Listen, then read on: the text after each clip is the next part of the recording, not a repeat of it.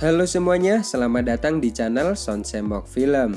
Di video kali ini kita akan membahas sebuah film yang berjudul Soul Snatcher.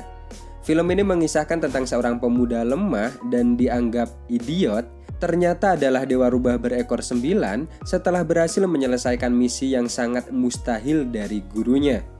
Jadi bagaimanakah keseruan ceritanya? Tanpa berlama-lama kita langsung saja masuk ke dalam alur cerita filmnya. Film ini dimulai dengan memperlihatkan sekelompok orang yang beramai-ramai akan masuk lubang. Waduh, masuk goa sorry. Dan mereka semua adalah manusia rubah. Kemudian muncul seorang pemuda bernama Shisan. Shisan ini merupakan siluman rubah yang sering dikucilkan dan diremehkan di kelompok tersebut. Bahkan teman-temannya menjuluki Shisan ini dengan sebutan siluman rubah yang idiot.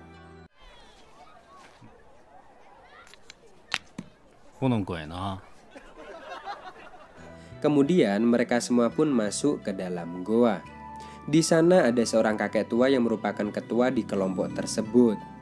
Ia menjelaskan bahwa siluman rubah bisa menjadi abadi dengan cara mengumpulkan eliksir jiwa yang tertanam dalam kelaman sejak ratusan tahun lalu.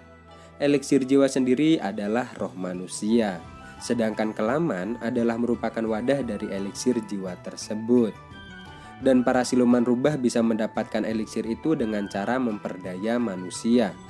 Jika eliksir jiwa telah diambil dari dalam diri seorang manusia, maka manusia itu akan mati alias mati.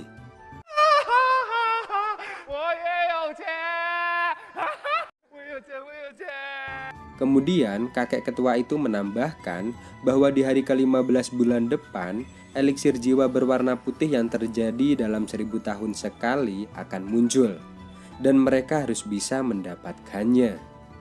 Kemudian si kakek itu pun memerintahkan Shisan untuk mengambil eliksir tersebut. Lalu Shisan diberi sebuah pusaka untuk membantu perjalanannya. Dasarnya Shisan ini merupakan murid yang bandel. Ia yang tak puas dengan pemberian dari si kakek, lantas Shisan juga mengambil pusaka yang dapat berbicara milik si kakek. Dan pusaka itu bernama Ying Mixi. Setelah Shisan pergi, tak lama kemudian muncul seorang pria yang memberitahukan bahwa banyak junior mereka yang telah mati saat mencoba mengambil eliksir. Karena merasa khawatir, si kakek itu kemudian memerintahkan pria tersebut untuk menjaga Shisan.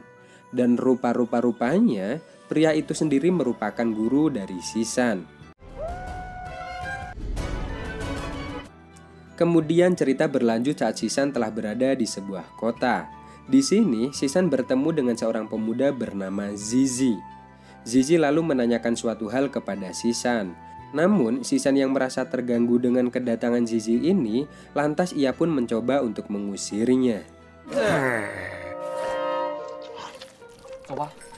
Setelah si pemuda itu pergi, Yang Wixi lalu memberitahu Shisan bahwa eliksir putih tertanam pada kelaman si pemuda yang baru saja mengajak Shisan berbicara. Mendengar hal tersebut, Shisan dengan semangat pun bergegas mencari Zizi. Di tengah perjalanan, Shisan melihat orang-orang yang sedang berkumpul. Rupanya mereka sedang melihat seorang pendeta hebat yang suka menyembuhkan pasiennya. Di lukisan si pendeta itu ada siluman-siluman yang telah ditangkap. Lalu si pendeta itu memberikan darah siluman ular kepada seorang anak yang sedang sakit. Tiba-tiba saja anak itu pun seketika sembuh dari penyakitnya. Kembali ke tempat Shisan yang tak sengaja menabrak si pemuda tadi, yaitu Zizi. Tak hanya itu, karena keapesan Shisan ini kembali terjadi.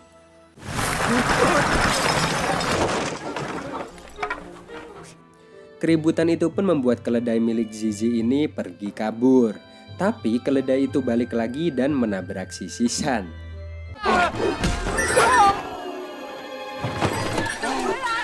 Shisan dan keledai itu pun pergi. Lalu dikejar sama si pemuda pemilik keledai tersebut.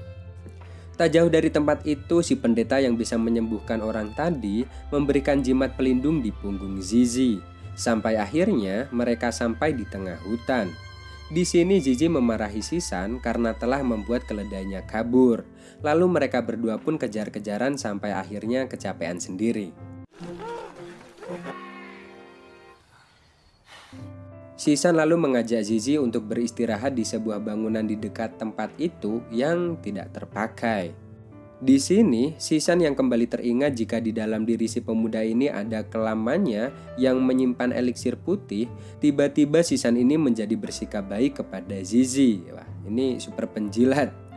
Dan itu karena Sisan menginginkan eliksir putih di dalam tubuh Zizi agar bisa menjadi dewa. Di sini si pemuda ini cerita ke Sisan kalau dia berniat untuk mengikuti ujian tahunan di kerajaan. Ia juga berencana memberikan keledai yang hilang tadi ke kakaknya yang bernama Daoran, orang yang berada di lukisan si Zizi ini.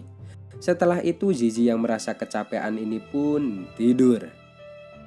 Di malam harinya, si Sisan mengeluarkan pisau dan ingin menusuk si pemuda ini. Namun tiba-tiba datang gurunya yang bilang, "Jangan gegabah, Cok." Nah gitu. Lalu gurunya memberikan sebuah ide agar Sisan ini membawa si pemuda itu ke tempat yang bisa membuat si pemuda itu merasa terdesak dan ketakutan. Tiba-tiba si pemuda ini terbangun karena ngelindur yang membuat mereka berdua ini kaget dan tidur lagi. Waduh.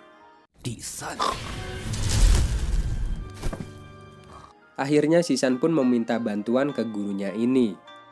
Di keesokan harinya, keledai si pemuda tadi ternyata sudah ada di tempat itu.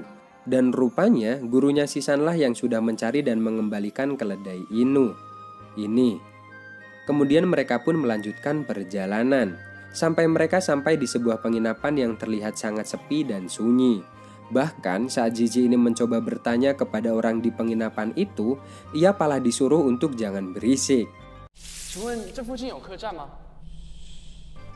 Setelah sampai di dalam, mereka berdua dikagetkan dengan si pemilik penginapan. Di sana terlihat banyak siswa yang sedang belajar. Pada malam harinya ada monster siluman yang keluar dari dalam air, dan Sisan yang dibuat terheran-heran dengan kodok yang bertelur emas. Zizi yang melihat hal itu pun keluar dan melihat si kodok tadi yang bertelur emas juga. Kemudian ia bertemu dengan si pemilik penginapan yang menyuruhnya untuk melihat ke permukaan air. Tiba-tiba ada lidah yang keluar dan menerkamnya. Lalu Zizi dibawa ke dimensi sebaliknya. Di sana terlihat banyak lendir kodok, bukan lendir yang lain ya. Zizi yang masih merasa kebingungan, tiba-tiba dikagetkan dengan si pemilik penginapan yang berubah menjadi siluman kodok. Tak lama kemudian Sisan pun datang untuk menolong Zizi. Mereka berdua pun berusaha untuk kabur dan menghindari lidah dari si kodok ini.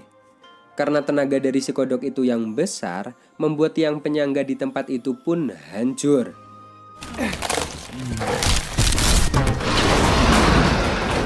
Sisan lalu ditelan sama si siluman kodok ini, sementara si Zizi pergi kabur. Ternyata siluman kodok dan Sisan ini bersekongkol. Tujuannya adalah untuk membuat Zizi merasa ketakutan. Tetapi tiba-tiba Zizi kembali dengan membawa peledak dan juga obor. Mengetahui hal itu, Sisan pun masuk lagi ke dalam mulut si kodok. Aduh, repot banget. Mereka pun kewalahan menghadapi kelakuan Zizi ini. Lalu siluman kodok ini mencoba menghisap Zizi, tapi palah obor dan peledaknya yang masuk ke dalam. Dan alhasil ledakan besar pun terjadi.